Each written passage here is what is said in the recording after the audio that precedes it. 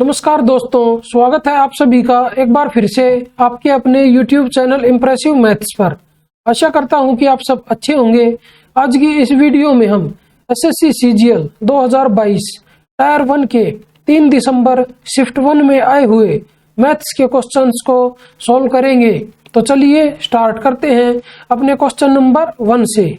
Question number 1 में हमें दिया हुआ है कि एक व्यापारी के पास एक वजन तराजू है जो 1 किलोग्राम के लिए 1300 ग्राम दिखाता है। वह आगे अपने क्रय मूल्य में 15% की वृद्धि करता है। शुद्ध लाभ प्रतिशत क्या है? तो तराजू 1 किलोग्राम के लिए कितना दिखाता है? 1300 ग्राम। तो यहाँ से उसको कितना प्रॉफिट मिलेगा? 300 ग्राम का प्रॉफिट मिलेगा। और कितने पे? 1000 ग्राम पे। और परसेंटेज में बताना है तो इंटू में 100। तो उसका प्रॉफिट परसेंटेज क्या होगा? यहाँ से ये प्रॉफिट परसेंटेज आ जाएगा 30% के इक्वल। और उसने अपने क्रय मूल्य को 15% बढ़ाया है। तो ओवरऑल प्रॉफिट का परसेंटेज क्या हो जाएगा? तो वो हो जाएगा 30 और प्लस में 15 और प्लस में 30 इंटू 15 और अपॉन में 100। अभी अगर इसको सोल्व करें तो ये आ जाएगा 45 और प्लस में ये आएगा 15 45 मतलब 4.5। अगर इनको ऐड करेंगे तो ये ओवरऑल प्रॉफिट परसेंटेज आ जाएगा 49.5%। और ये हमारा ऑप्शन नंबर है 2। तो चलिए बढ़ते अपने क्वेश्चन नंबर 2 की तरफ। क्वेश्चन नंबर 2 में हमें दिया हुआ है यदि cos Q plus sine Q is equal to 31/25 है तो कोस स्क्वायर क्यू का मान क्या होगा? तो यहाँ पे ये मिस प्रिंटिंग है तो इसको आप कर लेना कोस 2q। तो हम कोस 2q की वैल्यू निकालेंगे यहाँ से। और कोस 2q की वैल्यू क्या होती है? वो होती है कोस स्क्वायर क्यू और माइनस साइन स्क्वायर क्यू। तो यहाँ से अगर इसको सोल्व करके लिखें तो ये क्या आ जाएगा? कोस क्यू और प्लस में साइन क्यू और इनटू में ये आ जाएगा कोस क्यू और माइनस में साइन क्यू। अभी हमें इसकी वैल्यू निकालनी है और ये वैल्यू हमें दी हुई है और ये दी हुई है 31/25 के इक्वल। और इनटू में अगर इधर से कोस क्यू माइनस साइन क्यू पता ना चले तो डायरेक्ट अपने ऑप्शन देख लेंगे। तो 31/25 का जो भी मल्टीपल होगा ना तो वही हमारा आंसर हो जाएगा। तो एक तरीका तो है ये। और अगर इधर हम दूसरे तरीके से देखें तो 31/25 है तो ट्रिपलेट क्या होते हैं एक राइट एंगल ट्राइंगल के? तो वो होते हैं 7, 24 और 25। अगर इनको हम इसमें यूज करें तो कोस की वैल्यू भी निकाल सकते हैं यहाँ से और साइन की वैल्यू भी। अगर इधर हम देखें तो कोस क्यू माइनस साइन क्यू है मतलब कोस क्यू की जो वैल्यू आएगी वो बड़ी आएगी क्योंकि कोई भी ऑप्शन हमारा माइनस में नहीं है। तो इसका मतलब ये है जो कोस क्यू की वैल्यू होगी वो बड़ी होगी और साइन क्यू की वैल्यू छोटी होगी। तो इधर से अगर कोस क्यू की वैल्यू देखें तो वो आएगी 24/25 और साइन क्यू की जो वैल्यू है वो आएगी 7/25। अगर इन दोनों को ऐड करें तो ये आएगा 31/25। अगर इनको माइनस करेंगे तो ये आ जाएगा 17/25 मतलब इसकी जगह हम ये रखेंगे 17/25। अभी अगर इसको सोल्व करें तो ये आ जाएगा 17 एकम 17, 17 × 51 और 1 52, 527 और अपॉन में 25 का स्क्वायर होता है 625। तो ये आया है 527/625 और ये ऑप्शन नंबर हमारा है 4। तो चलिए बढ़ते अपने क्वेश्चन नंबर 3 की तरफ।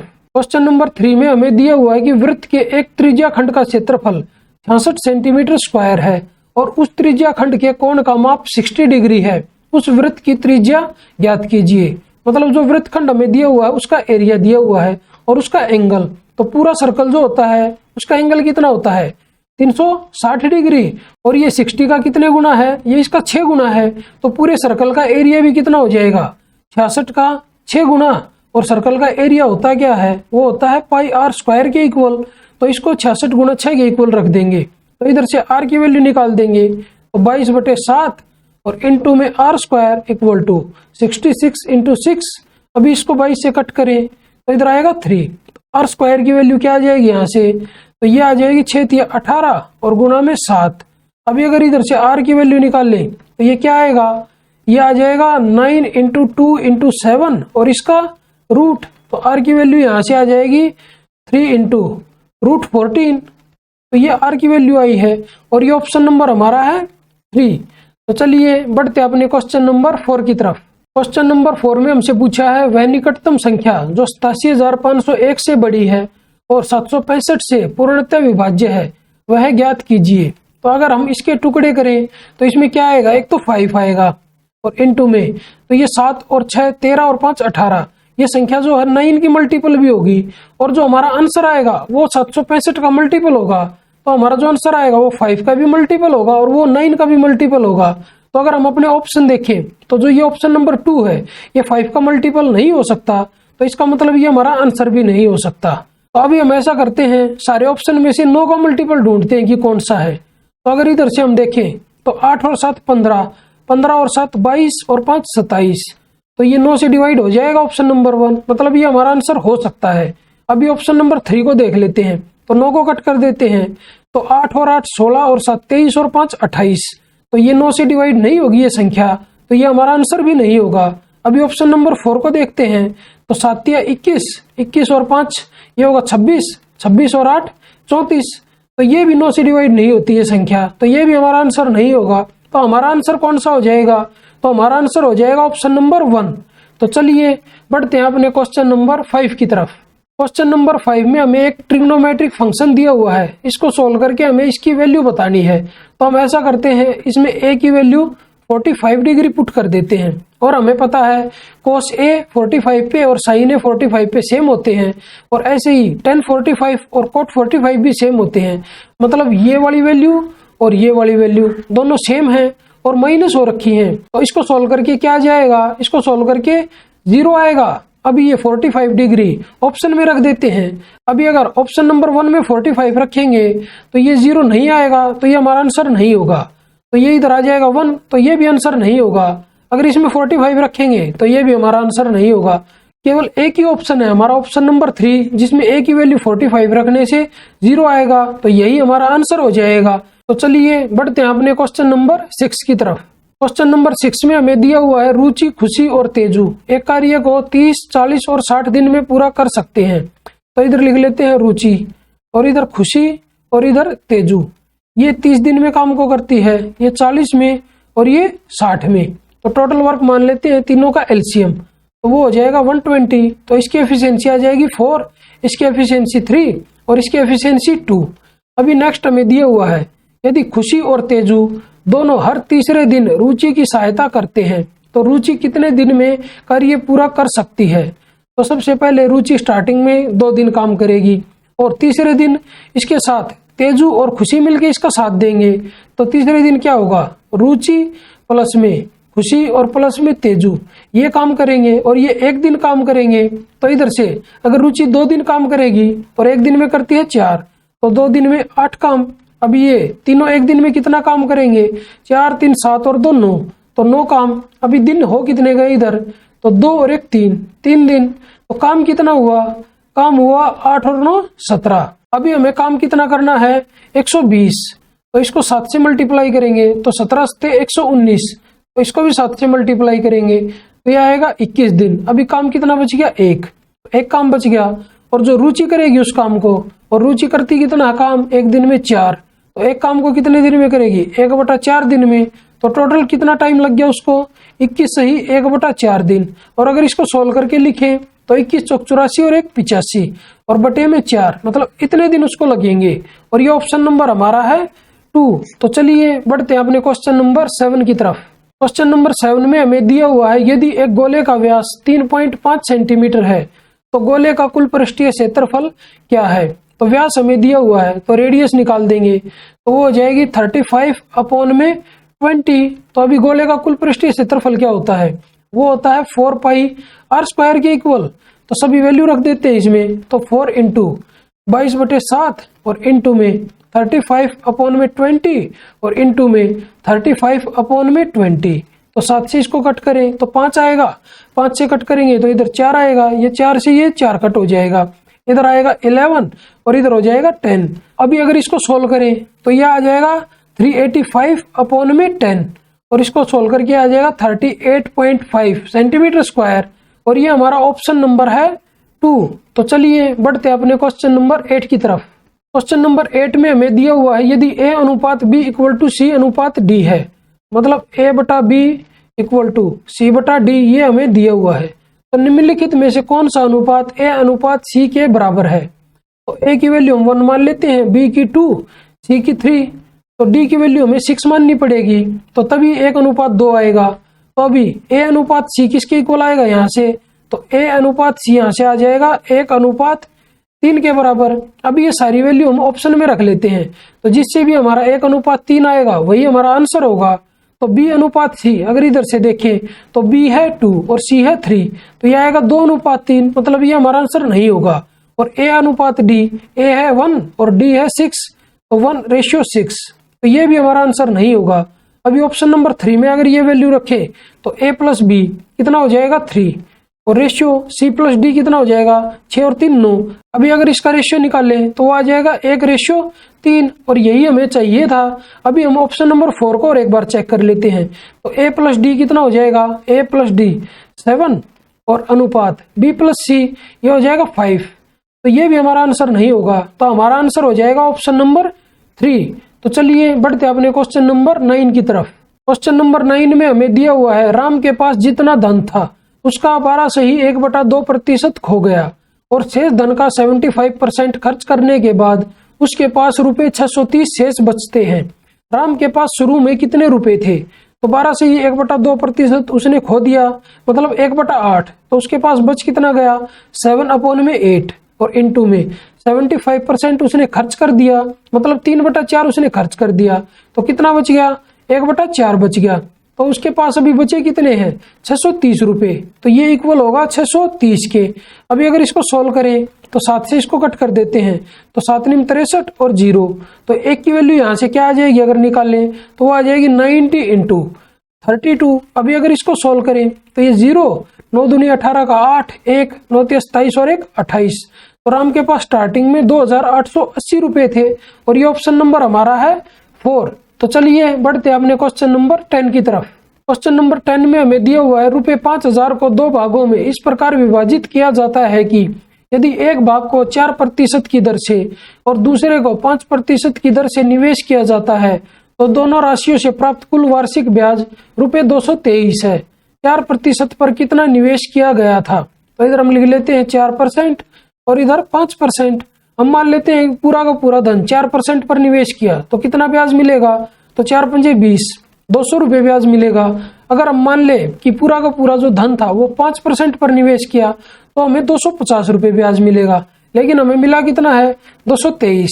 तो इसको हम बीच में रख लेते हैं और इसमें हम एलिगेशन लगा देते हैं, तो 223 में से 200 माइनस करेंगे तो 23 बचेगा इधर, और 250 में से 223 माइनस करेंगे तो इधर 27 आ जाएगा। इन दोनों को अगर ऐड करें तो ये 50 आएगा, और 50 की वैल्यू है 5000 के इक्वल, तो 1 की वैल्यू आ जाएगी 100 के इक्वल।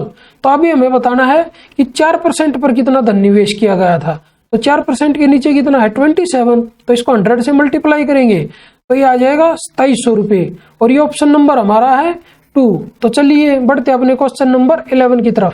क्वेश्चन नंबर 11 में हमें दिया हुआ है कि नीचे दी गई तालिका विभिन्न राज्यों में लोगों की संख्या को दर्शाती है, और क्वेश्चन में हमसे पूछा है राज्य सी में लोगों की संख्या का राज्य ई में लोगों की संख्या से अनुपात क्या है, तो सी में है 144 और ई में है 280। अगर इनका अनुपात निकाले तो सबसे पहले इसको 2 से कट कर देते हैं, तो यह आएगा 72:140, फिर 2 से कट करेंगे तो यह आएगा 36:70, फिर 2 से कट करेंगे तो यह आएगा 18:35। अब ये कट नहीं होगा तो यही हमारा आंसर हो जाएगा, और ये ऑप्शन नंबर हमारा है 3। तो चलिए बढ़ते हैं अपने क्वेश्चन नंबर 12 की तरफ। क्वेश्चन नंबर 12 में हमें दिया हुआ है यदि x - 1/x = 13 है तो x की पावर 4 प्लस 1/x की पावर 4 का मान क्या होगा, मतलब हमें इसका 2 बार स्क्वायर करना है। तो एक बार अगर स्क्वायर करेंगे तो x² प्लस 1/x² की वैल्यू आ जाएगी 13 का स्क्वायर और प्लस में 2, और ये आ जाएगा 169 प्लस 2 171। अभी इसका फिर स्क्वायर करेंगे तो ये x की पावर 4 प्लस 1/x की पावर 4 आ जाएगी, मतलब 171 का स्क्वायर और माइनस में 2।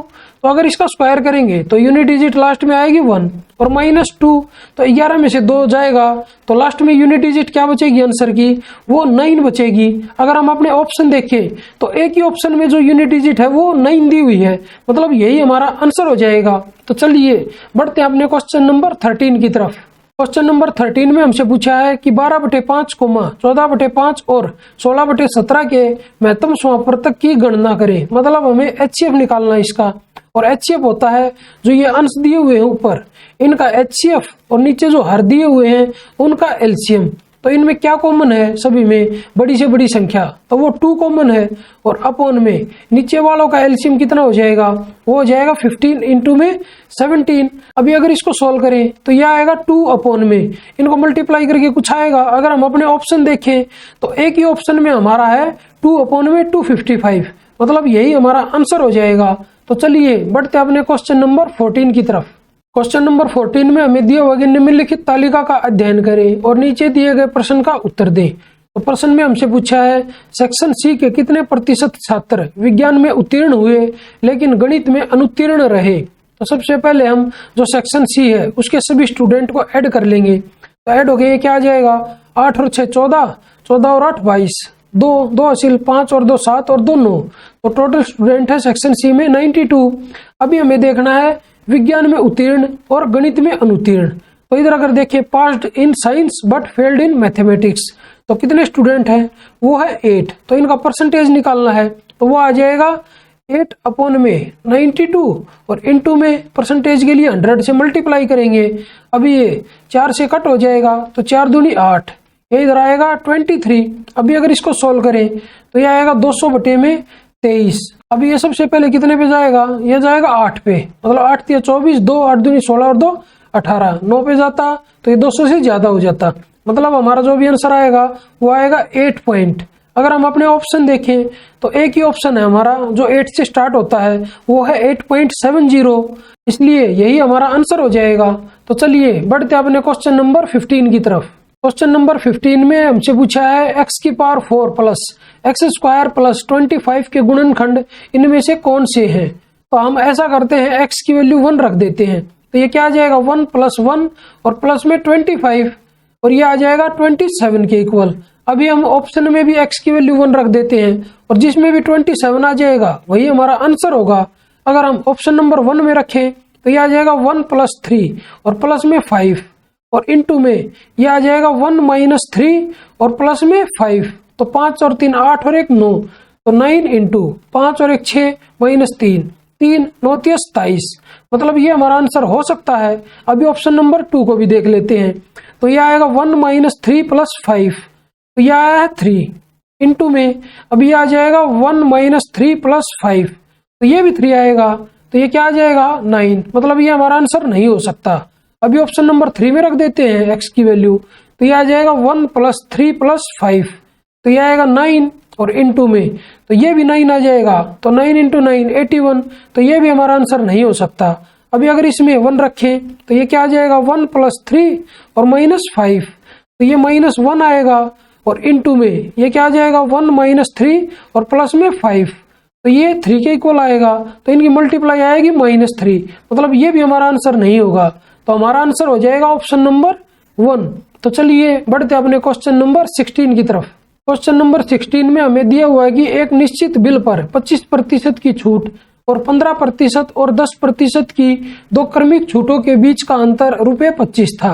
बिल की राशि ज्ञात कीजिए। तो सबसे पहले इनका ओवरऑल परसेंटेज निकाल लेते हैं, तो वो आ जाएगा 15 और 10 25 और माइनस 15 × 10 बटे 100, ये क्या आ जाएगा 25 - 1.5 और ये कितना आ जाएगा, ये आ जाएगा 23.5।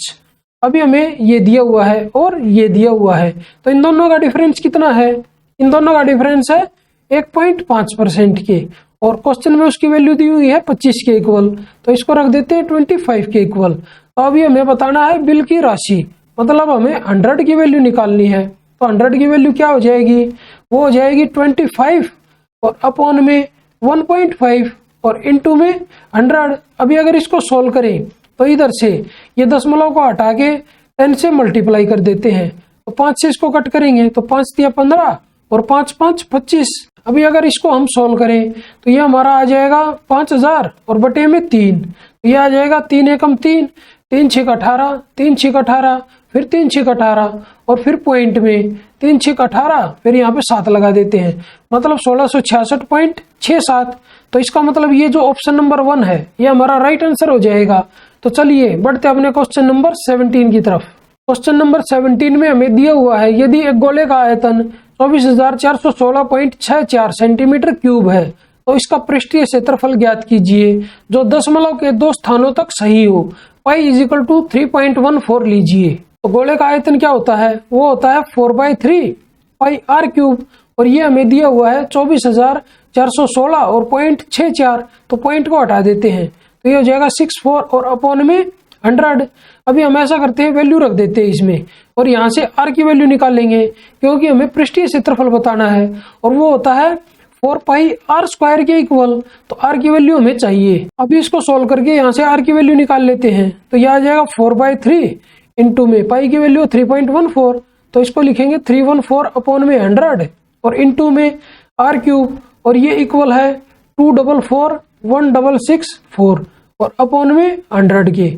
अभी ऐसा करते हैं, ये संख्या 8 से कट हो जाएगी तो इधर भी 8 से कट कर देते हैं तो ये 4 कट होगा, इधर से 2 से इसको कट करेंगे तो ये आएगा 157। तो अभी 8 से इसको कट करें तो 8 दिया 24, फिर 0 तो 8 पंजे 40, 8 दूनी 16, फिर 0 8 8 64, तो ये 100 से 100 कट हो जाएगा। अभी अगर इधर से आर क्यूब की वैल्यू निकालें तो वो आ जाएगी 305 208 और इंटू में 3 और अपॉन में 157। अभी 157 से इसको डिवाइड कर देते हैं तो इधर से इसको डिवाइड करें तो ये क्या आ जाएगा, ये 305208, तो 157 से इसको डिवाइड करेंगे तो सबसे पहले 1 पे जाएगा तो 157, तो ये आ जाएगा 15 में से 7 गया 8, तो इधर 9 में से 5 गया 4, इधर आएगा 1, तो 2 उतार लेंगे। अब ये जाएगा 15 निमा 135, तो 9 पे तो 9 से 63, तो 3 6 हासिल 15 निमा 135 और 6 141।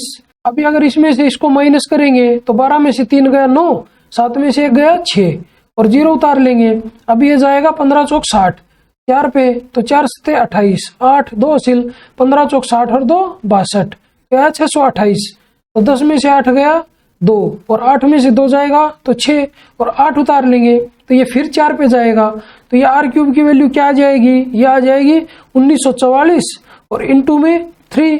अभी 1944 के टुकड़े कर लेते हैं तो 4 से कट होगा सबसे पहले, तो ये आ जाएगा 4 इंटू 4 चौक 16 34, 4 8 32 और 4 6 24 और इंटू में 3, तो 8 और 4 12 और 6 18, तो ये 9 से भी कट होगा तो ये क्या आ जाएगा 4 इंटू 9 इंटू, तो 9 पंजे 45, 3 बचेगा 9 चौक 36 और इंटू में 3। अभी 54 को हम लिख सकते हैं, ये आ जाएगा 4 इंटू 9 इंटू 9 इंटू में 6 और इंटू में 3। अभी अगर इसको सोल्व करें तो ये क्या आ जाएगा, ये आ जाएगा 9 चौक 36 छिका 216 और इंटू में 9 3 27, तो आर की वैल्यू इधर से अगर निकालेंगे तो वो आ जाएगी 6 इंटू में 3 इजिकल टू ये आएगा 18 के इक्वल, तो आर की वैल्यू हमने निकाल ली। अभी आर की वैल्यू इसमें रख देते हैं तो ये आ जाएगा 4 इंटू 314 और अपॉन में 100 और इंटू में ये हो जाएगा 18 इंटू में 18। अभी अगर इसको सोल्व करें तो इसकी यूनिट डिजिट देख लेते हैं तो 8 8 64, 4 आएगा 4 चौक 16, 6 6 चौक 24, लास्ट में जो यूनिट डिजिट आएगी वो 4 आएगी और नीचे 100 है तो 2 दशमलव के बाद पॉइंट लग जाएगा और वही हमसे पूछा था 2 स्थानों तक सही। अगर हम अपने ऑप्शन देखें तो हमारा एक ही ऑप्शन में है 4 जो यूनिट डिजिट में है, तो इसका मतलब जो ये ऑप्शन नंबर 3 है यही हमारा आंसर हो जाएगा। तो चलिए बढ़ते हैं अपने क्वेश्चन नंबर 18 की तरफ। क्वेश्चन नंबर 18 में हमें दिया हुआ है कि त्रिभुज ABC में कोण BAC का समद्विभाजक भुजा BC को D पर काटता है। तो सबसे पहले एक ट्राइंगल बनाएंगे और ट्राइंगल में ये पॉइंट A, ये पॉइंट B और ये पॉइंट है C। अभी एंगल BAC का समद्विभाजक हमें दिया हुआ है ये, और ये BC को D पर कट करता है। यदि AB इजिकल टू 10 और AC इजिकल टू 14 है तो BD रेशियो BC क्या है, तो BD रेशियो BC हमें बताना है। तो जो ये BD रेशियो DC होता है ये इन दोनों का ही अनुपात होता है। तो AB क्या है 10 है, AC है 14, तो ये अनुपात आ जाएगा 5:7। अभी हमें बताना है BD का रेशियो 5 और अनुपात BC का रेशियो 5 + 7 12। अगर हम अपने ऑप्शन देखें तो कहीं पे भी 5:12 नहीं है, तो इसका मतलब ये एक भी ऑप्शन सही नहीं है। या फिर हम ऐसा करें B की जगह D रख दें, तो अगर हम BD रेशियो अगर DC निकालें तो वो हमारा आ जाएगा 5:7 और वो हमारा ऑप्शन हो जाएगा ऑप्शन नंबर 4। तो चलिए बढ़ते अपने क्वेश्चन नंबर 19 की तरफ। क्वेश्चन नंबर 19 में हमसे पूछा है दिए गए कथन के संदर्भ में सही विकल्प का चयन कीजिए। और हमें बताया हुआ है एक वृत्त के व्यास के सिरों पर 2 स्पर्श रेखाएं खींची जाती हैं। तो सबसे पहले हम एक सर्कल बना लेते हैं और इसका डायमीटर बना देते हैं और इसके दोनों सिरों पर 2 रेखाएं आपस में खींच देते हैं, एक ये वाली और एक ये वाली। और हमें ऑप्शन में क्या दिया हुआ है, वे एक दूसरे के समानांतर होती हैं, वे एक दूसरे के लंबवत होती हैं। तो लंबवत वाला ऑप्शन गलत। ऑप्शन 3 में है वे उद्गम बिंदु से गुजरती हैं, मतलब सेंटर से गुजरती हैं, तो सेंटर से तो कोई नहीं गुजरेगी, तो ये ऑप्शन भी गलत है। ऑप्शन नंबर 4 में हमें दिया हुआ है वे एक दूसरे को प्रतिच्छेद करती हैं, तो प्रतिच्छेद भी नहीं करेंगी ये रेखाएं, तो ये ऑप्शन भी गलत हो जाएगा। तो हमारा आंसर हो जाएगा ऑप्शन नंबर 1, वे एक दूसरे के समानांतर होती हैं। तो अगर इनको कहीं पे भी आगे बढ़ाएंगे तो ये एक दूसरे के पैरेलली चलती रहेंगी। तो चलिए बढ़ते अपने क्वेश्चन नंबर 20 की तरफ। क्वेश्चन नंबर 20 में हमें दिया हुआ है 4a + 5/a + 5 = 14 है। तो अगर इसको सोल्व करके लिखें तो इसको हम लिख सकते हैं 4a + 5/a = 9। तो हमें बताना है 16a² + 25/a² का मान। तो सिंपली इसका स्क्वायर कर देते हैं, तो यह आ जाएगा 16a² + 25/a² और प्लस में 2 × 4 × 5 और इक्वल टू यह आएगा 81। अभी इनकी मल्टीप्लाई करते हैं तो यह आ जाएगा 40 और इधर जाएगा तो इसमें से माइनस होगा, तो ये माइनस होके क्या आ जाएगा 40 इसमें से, तो यह आएगा 41 के इक्वल। तो मतलब इसकी जो वैल्यू आई है वो 41 के इक्वल आई है और वही हमें बताना था। तो ये ऑप्शन नंबर हमारा है 1। तो चलिए बढ़ते अपने क्वेश्चन नंबर 21 की तरफ। क्वेश्चन नंबर 21 में हमें दिया हुआ है कि एक कार बिंदु ए से बी की ओर 20 किलोमीटर प्रति घंटा की चाल से चलना शुरू करती है। 1.5 घंटे के बाद दूसरी कार बिंदु ए से शुरू होती है और 30 किलोमीटर प्रति घंटा की चाल से चलते हुए पहली कार से 2.5 घंटे पहले पहुंच जाती है। ए और बी के बीच की दूरी ज्ञात कीजिए। तो इधर जो ए और बी के बीच की दूरी है वो इक्वल है, मतलब अगर हमारा डिस्टेंस सेम हो तो जो हमारी स्पीड का रेशियो है वो टाइम के रेशियो के इनवर्सली प्रोपोर्शनल हो जाएगा। तो यहाँ पे 2 हमें स्पीड दी हुई है, एक तो 20 किलोमीटर प्रति घंटा और एक है 30 किलोमीटर प्रति घंटा। तो जो स्पीड का रेशियो आएगा वो इधर से आ जाएगा 2:3 के इक्वल। तो टाइम का रेशियो क्या हो जाएगा, वो हो जाएगा 3:2 के इक्वल। अब इन दोनों में डिफरेंस कितने का है, 1 का डिफरेंस है और क्वेश्चन में वो डिफरेंस कितना दिया हुआ है, इधर है 1.5 घंटा, क्योंकि 1.5 घंटे बाद चलती है एक कार और 2.5 घंटे पहले पहुंच जाती है। तो इन दोनों को ऐड करेंगे तो इतना डिफरेंस है, तो ये है कितना, तो 2 और 1 3 और 1 4, तो 1 की वैल्यू है 4 घंटे के इक्वल। तो 2 की वैल्यू कितनी होगी 8 के इक्वल और 3 की वैल्यू होगी 12 के इक्वल। तो यहाँ पे जो स्पीड थी वो थी 20 और यहाँ पे स्पीड थी 30। अगर हम 12 × 20 करेंगे तो ये आ जाएगी डिस्टेंस, क्योंकि स्पीड इंटू टाइम होती है डिस्टेंस। तो 240 किलोमीटर, या फिर हम 30 × 8 कर लेते हैं तो इससे भी आएगा वही 240 किलोमीटर। और ये ऑप्शन नंबर कौन सा हमारा, ये हमारा ऑप्शन नंबर है 4। तो चलिए बढ़ते अपने क्वेश्चन नंबर 22 की तरफ। क्वेश्चन नंबर 22 में हमें दिया हुआ है कि नीचे दी गई तालिका 6 कंपनियों द्वारा बेची गई ट्रक की संख्या को दर्शाती है। और क्वेश्चन में हमसे पूछा है एल द्वारा बेचे गए ट्रक की संख्या जे द्वारा बेचे गए ट्रक की संख्या का कितना प्रतिशत है। तो एल ने बेचे हैं 80 और जे ने बेचे हैं 40, तो ये परसेंटेज में निकालेंगे तो 80/40 और इंटू में 100, तो ये आ जाएगा 200% के इक्वल। और ये ऑप्शन नंबर कौन सा हमारा, ये हमारा ऑप्शन नंबर है 2। तो चलिए बढ़ते अपने क्वेश्चन नंबर 23 की तरफ। क्वेश्चन नंबर 23 में हमें दिया हुआ है कि एक कक्षा में 60 छात्रों के औसत अंक 62 हैं। उस विषय में लड़के और लड़कियों के औसत अंक क्रमशः 60 और 65 हैं। कक्षा में लड़कों की संख्या है, अभी इधर लिख लेते हैं बॉयज और इधर गर्ल्स। तो लड़कों के औसत अंक है 60 और लड़कियों के जो औसत अंक है वो है 65 और पूरी कक्षा के हैं 62। तो इनको बीच में लिखेंगे, अभी एलिगेशन लगा देते हैं। तो 65 - 62 यह आएगा 3 और 62 में से 60 जाएगा तो यह आएगा 2। तो अभी 3:2 जो आया है वो आया है कक्षा के लड़कों और लड़कियों का अनुपात। तो 5 की जो वैल्यू है वो 60 के इक्वल है, तो 1 की वैल्यू यहाँ से आ जाएगी 12 के इक्वल। तो अभी हमें बताने हैं लड़कों की संख्या, तो वो 3 है, तो 12 × 3, तो लड़के कितने होंगे 36 और ये हमारा ऑप्शन नंबर है 3। तो चलिए बढ़ते हैं अपने क्वेश्चन नंबर 24 की तरफ। क्वेश्चन नंबर 24 में हमें दिया हुआ है कि दिए गए चार्ट का अध्ययन करें और नीचे दिए गए प्रश्न का उत्तर दें। चार्ट में हमें दिया हुआ है विभिन्न स्टोर S1, S2, S3 और S4 और उपलब्ध मशीनें M1, M2, M3। और क्वेश्चन में हमसे पूछा है किस स्टोर में प्रति स्टोर M2 मशीनों की औसत संख्या से अधिक M2 मशीनें हैं। तो सबसे पहले हम M2 मशीनों को ऐड कर लेते हैं। तो M2 है ये ऑरेंज वाला, तो 12 और 8 20, 20 और 8 28, 28 और 4 32, 32 और 10 42। अभी इनका एवरेज निकालते हैं तो 4 से डिवाइड करेंगे तो यह आ जाएगा 10 पॉइंट में 5। अभी हमें देखना है कि किन किन स्टोरों में जो ये है एवरेज से ज्यादा मशीनें हैं। तो इधर एक तो ये है S1 स्टोर और एक है ये इधर S4। तो S1 और S4 वो हमारा आंसर हो जाएगा। और अगर हम अपना ऑप्शन देखें तो S1 और S4 कहाँ है, ये हमारा ऑप्शन नंबर 3 में, तो यही हमारा राइट आंसर हो जाएगा। तो चलिए बढ़ते हैं अपने क्वेश्चन नंबर 25 की तरफ। क्वेश्चन नंबर 25 में हमें एक ट्रिग्नोमेट्रिक फंक्शन दिया हुआ है, इसको सॉल्व करके हमें इसकी वैल्यू बतानी है। तो ये हो जाएगा साइन थीटा के इक्वल और ये भी हो जाएगा साइन थीटा के इक्वल। तो इसको हम लिख सकते हैं 1/1 प्लस साइन थीटा और प्लस में 1/1 माइनस साइन थीटा। अभी इसको अगर सोल्व करें तो इनका एलसीएम आ जाएगा a प्लस बी और a माइनस बी, तो यह आ जाएगा a square minus B square, मतलब 1 माइनस साइन स्क्वायर थीटा और यह आएगा 1 माइनस साइन थीटा और प्लस में 1 प्लस साइन थीटा। तो ये इधर माइनस का इधर प्लस का, तो यह आ जाएगा 2/1 माइनस साइन स्क्वायर थीटा की वैल्यू होती है कोस स्क्वायर थीटा के इक्वल। तो 2/1 कोस स्क्वायर थीटा, अगर हम अपना ऑप्शन देखें तो कोस स्क्वायर थीटा कहीं पे भी नहीं है, तो ये हो जाएगा 2 सेकंड स्क्वायर थीटा और ये हमारा ऑप्शन नंबर है 2।